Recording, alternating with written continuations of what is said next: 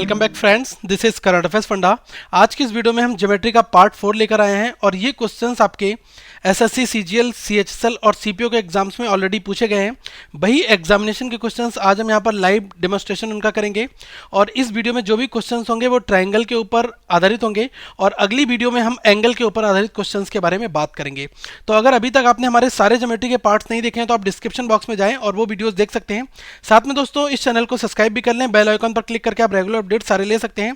और अगर आपको वीडियो पसंद आता है तो आप इस वीडियो को जरूर लाइक करें और साथ में कमेंट करके आप अपने डाउट्स जरूर पूछना ना भूलें।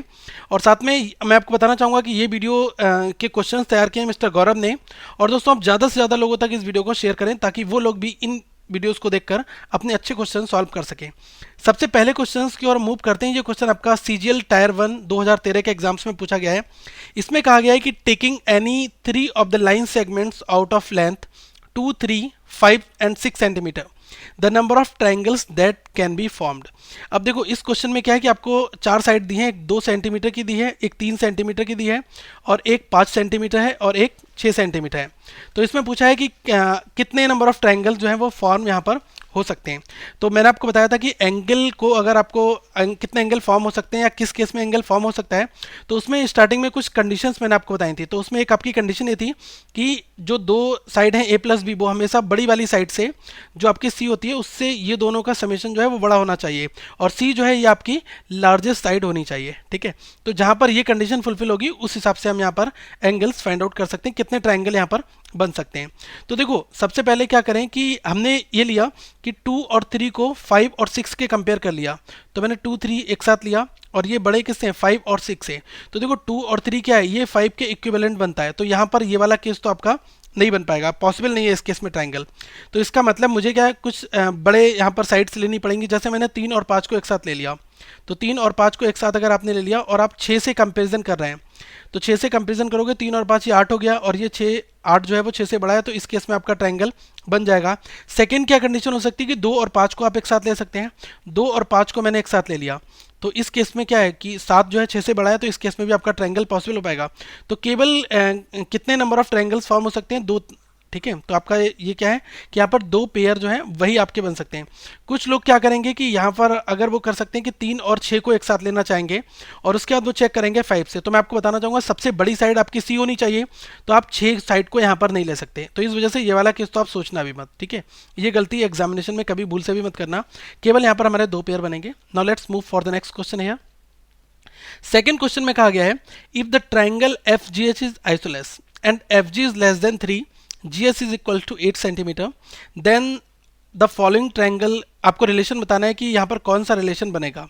एक आपको ट्राइंगल दिया हुआ है FGH, तो मैं यहाँ पर एक ट्राइंगल बनाकर आपको दिखा रहा हूँ।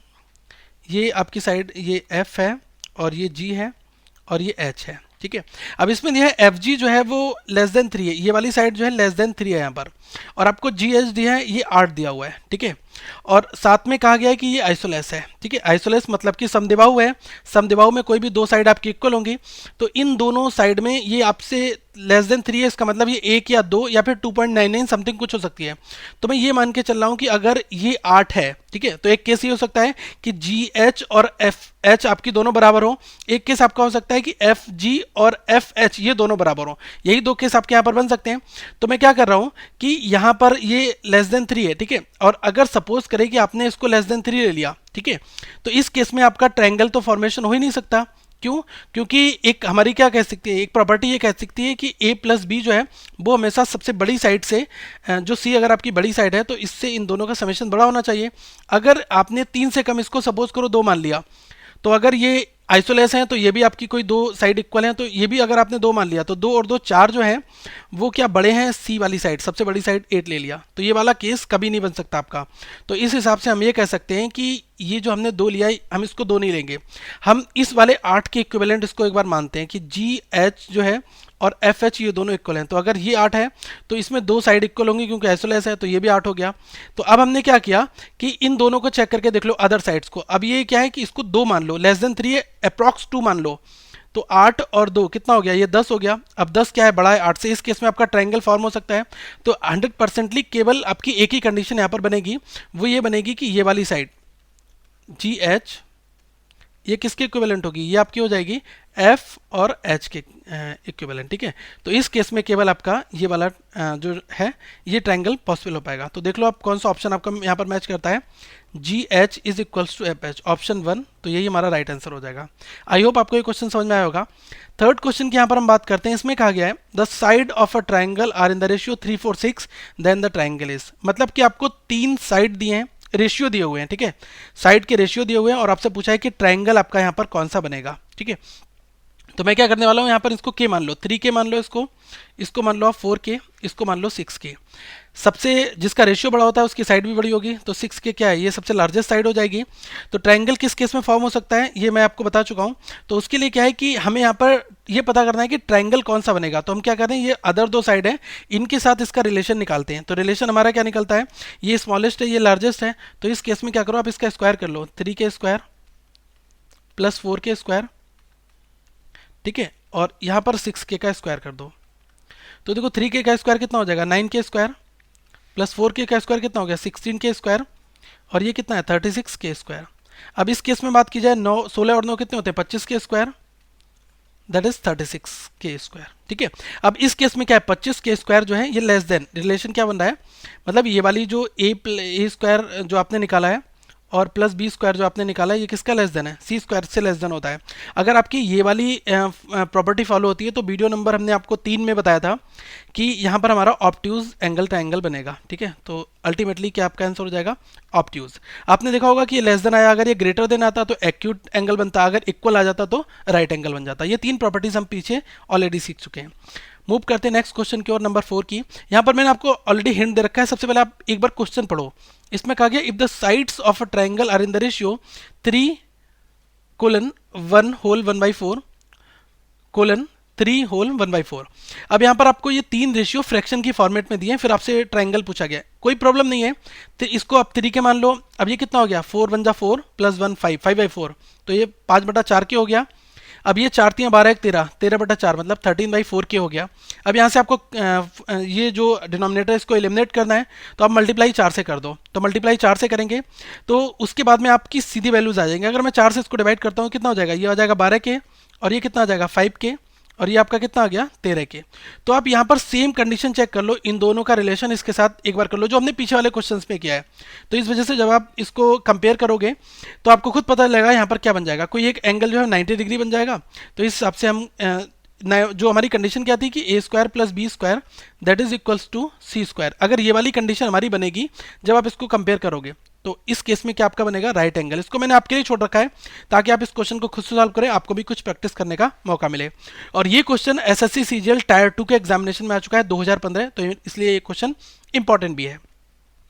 नंबर 5 अगर क्वेश्चन की मैं बात करूं तो इसमें लिखा है if the measure of the sides of a triangle are x square minus 1, ठीक है, और फिर आपको दिया है एक एक्स स्क्वायर प्लस 1 और 2x, ये 3 साइड जो हैं ये आपको दी गई हैं।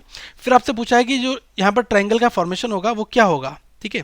अब अगर ऐसा भी क्वेश्चन आ जाए तो आपको सबसे पहले बड़ी साइड यहाँ पर डायरेक्टली आपको ये नहीं पता है कि कौन सी यहाँ पर बड़ी साइड होगी, तो आप क्या करो यहाँ पर वैल्यूज पुट करके देख लो।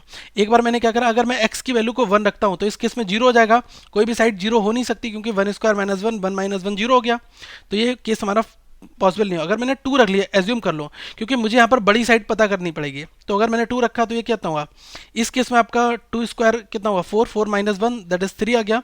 अब ये 2 स्क्वायर 4 4 प्लस 1 5, तो ये मुझे पता चला कि यहाँ पर 5 आया, यहाँ पर 3 आया, और 2x के केस में ये कितना आ जाएगा 4 आपका आ जाएगा। तो सबसे बड़ी साइड क्या है, बीच वाली है, तो लार्जेस्ट साइड मुझे यहाँ पर पता चल गई, ये क्या हो जाएगी एक्स स्क्वायर प्लस 1, और अदर 2 साइड्स क्या है एक्स स्क्वायर माइनस 1, और एक आपकी क्या है 2x। ये आपकी 2 साइड है और ये आपकी सबसे बड़ी साइड सी है, तो आप इसको ए मान लो, इसको बी मान लो, इसको सी मान लो, ठीक है। इस केस में क्या करो कि आप इन दोनों का स्क्वायर करके समेशन निकालो, ए स्क्वायर प्लस बी स्क्वायर, मैंने आपको बताया था ए स्क्वायर प्लस बी स्क्वायर और ये सी स्क्वायर, इनके बीच में रिलेशन आपको फाइंड आउट करना है। तो अगर मैं इसका होल स्क्वायर निकालता हूँ तो ये कितना हो जाएगा एक्स की power 4 plus 1 minus 2x square, और ये कितना आ जाएगा प्लस स्क्वायर, ठीक है। इसको हम कर देंगे 4x स्क्वायर, और ये जो सी स्क्वायर है अगर मैं इसको कंप्लीट करता हूँ तो ये हमारा कितना बन जाएगा, इसको आप अभी यही रखो कि एक्स स्क्वायर प्लस 1 का होल स्क्वायर ही रखो, ठीक है। अब हम इसको फर्दर सिंप्लीफाई कर लेते हैं एक बार में, तो ये कितना आ जाएगा, यहाँ पर देखो 4x स्क्वायर है, यहाँ पर 2x स्क्वायर, तो 4 में से 2 को लेस करूंगा कितना बन जाएगा, ये प्लस का 2x स्क्वायर बच गया, प्लस 1 आपका एज इट इज रहेगा और प्लस एक्स की पावर 4 ऐसी रहेगा। अगर आप इसको एक बार देखोगे किसका स्क्वायर बन रहा है तो ये अल्टीमेटली आपका बन जाता है एक्स स्क्वायर प्लस 1 का होल स्क्वायर। और यही चीज किसके इक्विवेलेंट आ रही है, इसके इक्विवेलेंट आ रही है। तो अगर A square plus B square is equal to C square हो रहा है तो इस केस में क्या बनता है आपका राइट एंगल बन जाता है। ठीक है, राइट एंगल ट्राइंगल बन जाता है। अल्टीमेटली हमारा आंसर क्या हो जाएगा, राइट एंगल ट्राइंगल। ठीक है, एक नेक्स्ट क्वेश्चन की हम यहाँ पर बात करते हैं नंबर 6 की। इसमें कहा गया है इन ट्राइंगल एबीसी, एक आपको ट्राइंगल दिया है एबीसी, इसमें एबी और बीसी जो दो साइड जो है वो इक्वल दी हैं, के बराबर हैं, और AC जो दिया है वो √2 दिया हुआ है। तो आपसे पूछा है कि ट्रायंगल यहाँ पर जो है वो किस टाइप का होगा। पहला ऑप्शन आइसोसेलेस दिया हुआ है, तो आप डायरेक्टली एक बार में हिट मत कर देना क्योंकि दो साइड इक्वल हैं तो आप सोचोगे कि ये आइसोसेलेस होगा, ऐसा नहीं है। ठीक है, ये क्वेश्चन आपका CHSL 2012 में आया था 10+2 में। तो इस आप डायरेक्टली पहले ऑप्शन को देखकर कंफ्यूज मत होना। आपको क्या है कि एक बार चेक और करना पड़ेगा क्या ये वाली कंडीशन तो नहीं हमारी कहीं फुलफिल हो रही है, A square plus B square equal to C square. अगर ये कंडीशन आपकी फुलफिल हो रही है तो आपको राइट आंसर क्या लगाना पड़ेगा, राइट आइसोलेस। अब देखो राइट आइसोलेस का मतलब क्या होता है, एक ऐसा आइसोलेस ट्रायंगल जो आपका राइट एंगल भी फॉलो, जहां पर आपका राइट एंगल भी फॉलो हो रहा है, तो उस केस में हम उसको क्या कहते हैं, राइट आइसोलेस। ठीक है, ये चीज आप ध्यान रखना। फाइन, नेक्स्ट क्वेश्चन की हम यहाँ पर बात करते हैं नंबर 7 की। इसमें कहा गया है इन अ ट्रायंगल एबीसी, एक ट्रायंगल दिया है एबीसी, इसमें आपको AB और BC दोनों बराबर दिए हैं और एक एंगल B जो है वो x डिग्री दिया हुआ है और साथ में ये जो एंगल A दिया है 2x माइनस 20 डिग्री दिया है। तो आपसे पूछा गया है कि एंगल B क्या होगा। अब इस केस में डायग्राम बना के इसको एक बार समझ लो कि क्या है। ये क्वेश्चन आपका SSC CGL टायर 1 में के री एग्जाम में 2014 में पूछा गया था, 13-14 में। ठीक है, तो एक बार इस क्वेश्चन को हम कर लेते हैं। अब ये साइड आपकी A है और ये B है और ये C है। ठीक है, तो इस केस में हमें क्या दिया हुआ है कि एक ट्रायंगल AB और BC बराबर हैं, तो ये AB है तो इस साइड के बराबर क्या है BC, ये दोनों बराबर हैं। जब मैंने आपको बताया था कि साइड दोनों इक्वल होती हैं तो उनके सामने के एंगल्स भी हमारे इक्वल होते हैं। ठीक है, एंगल्स भी यहाँ पर इक्वल होंगे। एक चीज आपको दी है एंगल B x डिग्री दिया हुआ है, यहाँ पर आपको ये x डिग्री दिया हुआ है। अब साथ में एंगल A, ये वाला एंगल ये कितना दिया हुआ है, 2x माइनस 20 डिग्री दिया हुआ है। ठीक है, तो आपसे पूछा क्या है कि एंगल B आपको कैलकुलेट करना है, मतलब x डिग्री आपको कैलकुलेट करना है। तो अगर हम ये वाला C निकाल लें, तीनों को जोड़ के 180 रख देंगे, हमारा क्वेश्चन यहाँ पर सॉल्व हो जाएगा। अब मैंने आपको बताया कि AB के सामने वाली साइड कौन सी है, देखो AB और BC दोनों इक्वल हैं। तो अब ध्यान रखना यहाँ पर कि ये वाली साइड इसके इक्वल है और ये मुझे पता है कि ये वाला एंगल इसके सामने भी एंगल इक्वल होगा, तो ये 2x माइनस 20 के इक्विवेलेंट ये वाला हो जाएगा। ठीक है, तो इस केस में AB के सामने क्या है, ये वाला एंगल बनेगा और ये जब साइड एंगल है, साइड के सामने ये वाला एंगल हमें पता चल गया, तो अल्टीमेटली ये क्या हो जाएगा, ये भी आपका 2x माइनस 20 डिग्री हो जाएगा। ठीक है, अब तीनों चीज़ें हमारी इक्वल हो जाएंगी, तीनों को आप 180 के डिग्री के इक्वल रख सकते हैं। तो क्या है, x degree plus 2x minus 20 plus 2x minus 20 is equals to 180। ठीक है, अब इसको हम अगर फर्दर सिंप्लीफाई करते हैं तो ये कितना आ जाएगा मेरा, x प्लस 2x कितना हो गया 4x। ठीक है, और ये माइनस 20 कितना हो गया, माइनस 40 इज इक्वल्स टू 180। अब यहाँ पर 40 को आप उधर ले जाओ तो ये कितना आ जाएगा, x plus 4x is equals to 180 plus 40 that means 220। अब यहाँ पर ये 5x हो गया, 5x इक्वल टू 220 और x की वैल्यू क्या आ जाएगी, 220 डिवाइड बाई 5। तो इस वजह से अगर आप इसको सॉल्व करोगे तो ये कितने बार जाएगा, 4 टाइम्स, फिर 4 टाइम्स। तो x की वैल्यू आपको कितनी मिल गई, 44। तो यहाँ से ये आपको एंगल पता चल जाएगा, ये 44। सारे एंगल आप फाइंड कर सकते हैं, आपसे कुछ भी पूछे, एंगल B पूछा जाए, C पूछा जाए, A पूछा जाए, आप सब यहाँ पर कैलकुलेट कर सकते हो। नेक्स्ट क्वेश्चन की बात की जाए, नंबर 8 की क्वेश्चन, ये भी काफ़ी ट्रिकी क्वेश्चन है, आपको ध्यान देना होगा।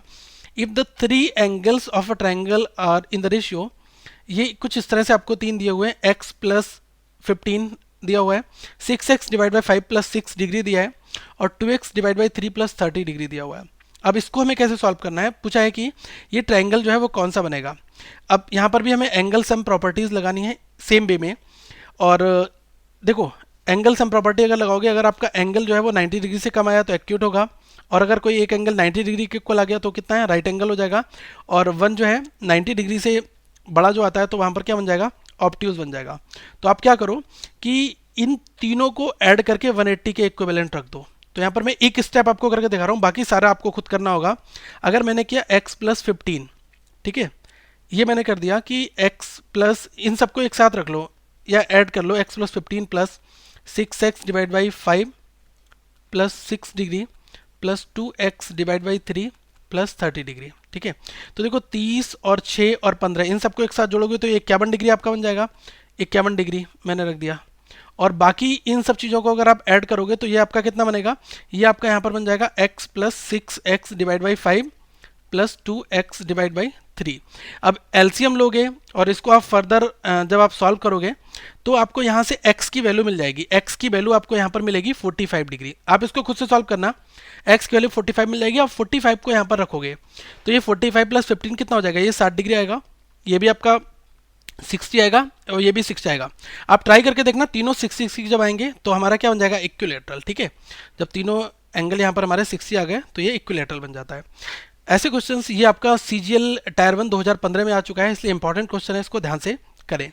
9th क्वेश्चन की अगर मैं यहाँ पर बात करूं तो 9th क्वेश्चन में कहा गया है, if the measure of 3 angles of a triangle are in the ratio 2 3 5 then the triangle is. ठीक है, अब मुझे 2 3 5 इन 3 अनुपात में दिए हुए हैं, तो आपसे ट्राइंगल पूछा है कि यहाँ पर ट्राइंगल का फॉर्मेशन जो है वो यहाँ पर आपका कौन सा होगा। ठीक है, तो फिर से आप भाई एंगल सम प्रॉपर्टी अप्लाई करो, 2 के 3 के 5 के ले लो और एंगल सम प्रॉपर्टी अप्लाई करोगे तो आपको खुद मिल जाएगा राइट एंगल यहाँ पर। ठीक है, तो इस क्वेश्चन को आप खुद से भी ट्राई कर सकते हैं और ऐसे ही ऑप्शंस में दिए होते हैं, अगर आपको एक दो बार प्रैक्टिस करिए तो आप क्वेश्चन आसानी से बना सकते हैं। ये सीजीएल टायर 1 2015 का क्वेश्चन है। नेक्स्ट बात करते हैं नंबर 10th की। इसमें कहा गया the measure of 2 angle of a triangle are in the ratio 4:5। फिर कहा गया if the sum of these two measure is equal to the measure of the third angle then find the smallest angle. अब इसमें ध्यान देना language के ऊपर। इसमें कहा गया if the measure of 2 angles of a triangle are in the ratio 4:5, तो एक क्या है 4:5 दिया है तो हमने इसको मान लिया 4 के और 5 के। ठीक है, फिर कहा गया if the sum of these two measures is equal to the measure of third angle.